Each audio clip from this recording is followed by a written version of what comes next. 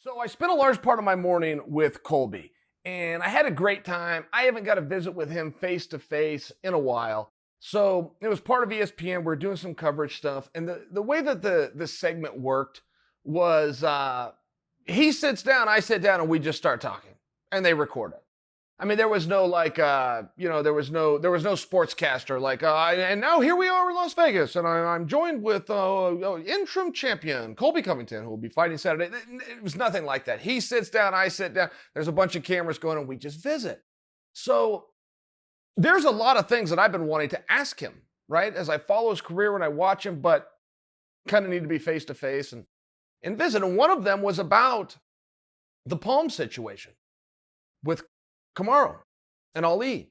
What the hell happened? And, they were thrown out in security. And I'm trusting that you guys saw the video or know the incident I'm referring to.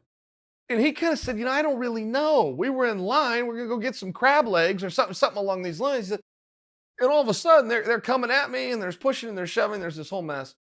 He said the Palms has lifted his ban, though. They gave him a lifetime ban. He said they lifted my ban. They kept Kamaru's there. Which I don't even know if that was accurate, but this is what he said. It was very interesting. So, okay, we just go through a couple of things. I'm building into the story for you, but I touch on the stuff that you guys are wondering about. I asked him straight up about, look, does Jorge Masvidal deserve the winner of you and Kamaru? And he said, yeah. He said, I think George I think George has had a good year. He was just real open about it. He said, I personally don't think that's the direction George is going to go. But yes, if they called and offered him that fight, rankings-wise and victory-wise, yeah, I wouldn't disagree with that. I said, okay, well, would you take the George fight? And he's like, oh, I'll fight anybody. I'll fight anybody they want to fight any way they want to do it. Okay. So I asked him about Conor. And I go, what do you make of Conor coming up to 170? You've been calling a lot of guys. A lot of guys are calling you out. I never hear you call Conor out. I've never heard Conor call you out. Is there some kind of a friendship there that I don't know about, or how come that is? And he goes, man, I would feel like a bully going after Conor. The guy's too small. Guy doesn't belong in the weight class. He's dipping his toe in the water with Cowboy, and he's instantly leaving it. And I would just, I'm out. Give him somebody else to fight. Now, whether that's his way of getting a Conor fight or that was his true answer, that was his answer, which I thought was a great answer. I understood it. We moved on. So I said, one thing about Colby, and everybody asks me this, is, hey, what's that guy really like? What's he really like? I get it. I get the entertainer. I get the persona. I get the whole thing. What's he really like? And that's always a really hard one to answer. And I generally don't. I'll generally laugh. Like, I'm glad you watch him or something. I just kind of get off the topic.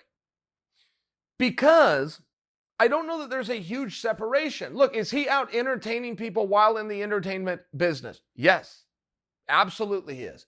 Is he working his ass off between being in the gym, doing media, working people up, whatever he's doing? Yeah, he is. But this is who he is. You're missing some of the elements of it. He's a really hard worker. He's a really driven guy. You're asking me who Colby Covington really is. He's showing you he's a driven guy. He's smart. He has a plan. He has a strategy. He's a thinker. He's a worker. He's a performer. He's a humorous guy. I mean, he's showing you all through what some people call it character. I think he's an entertainer in the entertainment business. I think he deserves some credit for it. But I think that he is showing you some of those characteristics. I think he's showing you that he's a pretty fun guy.